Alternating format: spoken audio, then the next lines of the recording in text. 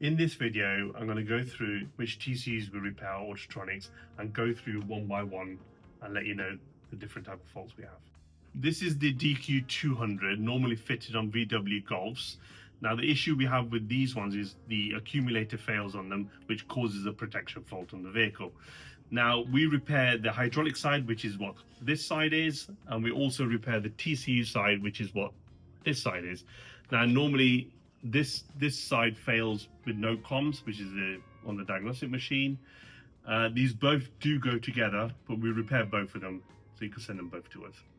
This is a VL300 Autotronic TCU fitted on Audis. Now normally we get faults with this relating to speed sensors and solenoid valves. Now there are a lot of fault codes that come up with this, but relating to the same description. This TCU is out of a Mercedes vehicle and is called a 7G-tronic 722.9 TCU.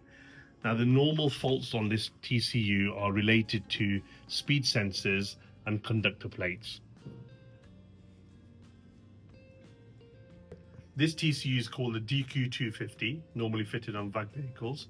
Now the faults with this one is input speed signal, output speed signals, and you also get a problem with the no comms. This TCU is called a DSG DQ381, also called a DQ380, and also called a DQ500. And this is what it looks like.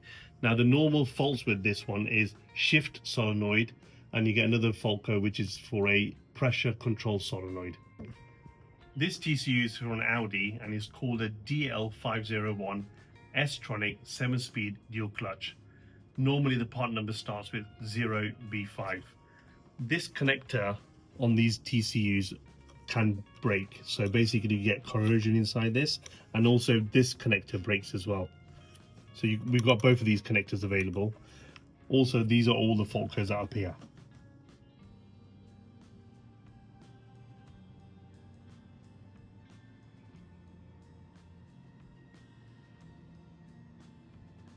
There you go.